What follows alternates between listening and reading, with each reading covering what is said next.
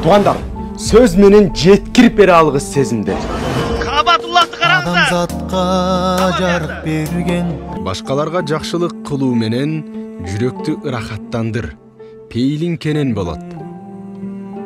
Кооздук, жакшылык, кайрымдуулук деп аты эле айтып тургандай, бул нерселердин пайдасын эң биринчи башкага бактылуулук алып келген инсан гана көрө алат.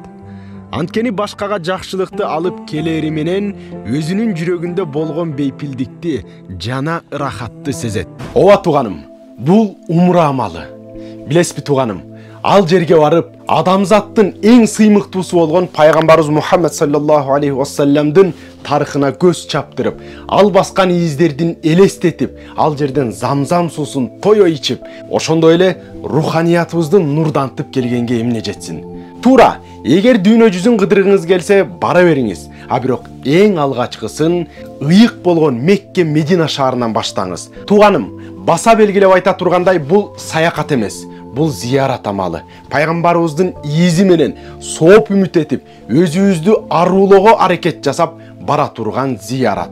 Жаратканым мына ушул зияраттарды кабыл кылсын. Бир гана умра эмес, жаратканым ажылык кылганга да мүмкүнчүлүк берсин. Барыңыздарга маалым болгондой, өткөн жылы умра сапарына Алланын каалоосу менен 2 жолу барып келдик. Биринчи кызмат саякат компаниясы менен, андан кийин өкүл атабыз тоюбузда берген белеги менен Умра Замзам компаниясы менен барганбыз. Алла разы болсун. Кудай буйрса, бул жылы да ажы башчылар менен умра компаниялар менен иштешебиз. Алланын каалоосу менен өзүбүздүн умра кызматыбызды баштадык туугандар. Мыкты, тажрыйбалуу медреселерде сабак берип жүргөн, же болбосо медреселерди мыкты бүткөн ажы башчылар менен жиберебиз туугандар. Бизге кайрылыңыздар. 7 область боюнча биздин филиалдар Ошто, Бишкекте бар. Жана башка да областтардан каттоолорду кабыл алабыз туугандар. Кененирээк маалымат алыш үчүн төмөндөгү номерлерге жазыңыздар, дайрекке жазыңыздар. Жеке өзүбүздүн көзөмөлүбүздө болот. Жаратканым баарыбызды ошол ыйык жерлерге барууга насип кылсын, жана ошондой эле инсаниятка пайдабыз тийген, башка бирөөлөргө жакшылык алып келген коомдон бололу.